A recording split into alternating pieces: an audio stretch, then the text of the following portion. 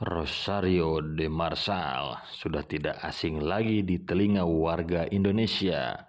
Pria yang lebih dikenal dengan nama Hercules itu menjadi sosok yang banyak ditakuti di dunia gangster tanah air.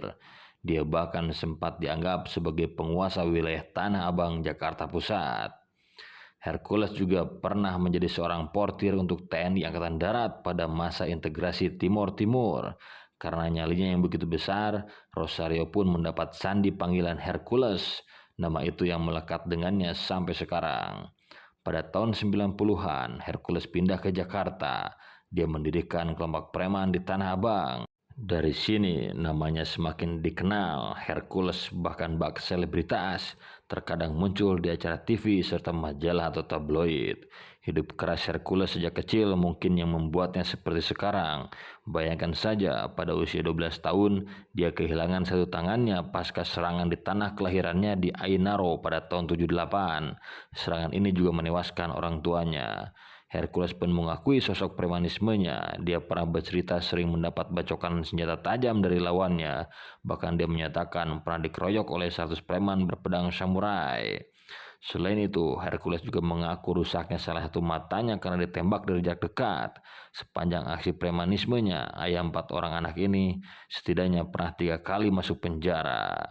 Setelah perjalanan premanismenya yang begitu panjang, Hercules pernah menyatakan akan bertobat. Dia pun memutuskan masuk agama Islam menjadi mualaf. Kini pria berusia 55 tahun itu menjabat sebagai tenaga ahli PD Pasar Jaya. Namun di jabatan ini dia kembali bergesekan dengan hukum. Hercules dipanggil sebagai saksi di kasus dugaan suap yang menjerat Sekretaris Mahkamah Agung Hasbi Hasan. Hercules lantas pernah ditanya apa yang akhirnya membuat dia menjadi seorang mualaf. Dirinya pun menyinggung soal bagaimana manusia hidup di dunia hanya sementara. Dia juga mengakui bahwa tangannya telah banyak melakukan hal kotor hingga berlumuran darah. Hercules pun bertanya-tanya sampai kapan umurnya akan tersisa di dunia.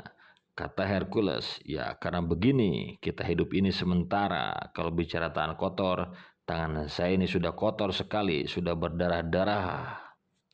Hingga akhirnya Hercules memutuskan untuk menjadi mualaf. Sejak tahun 90, dia sudah mulai belajar memahami Islam.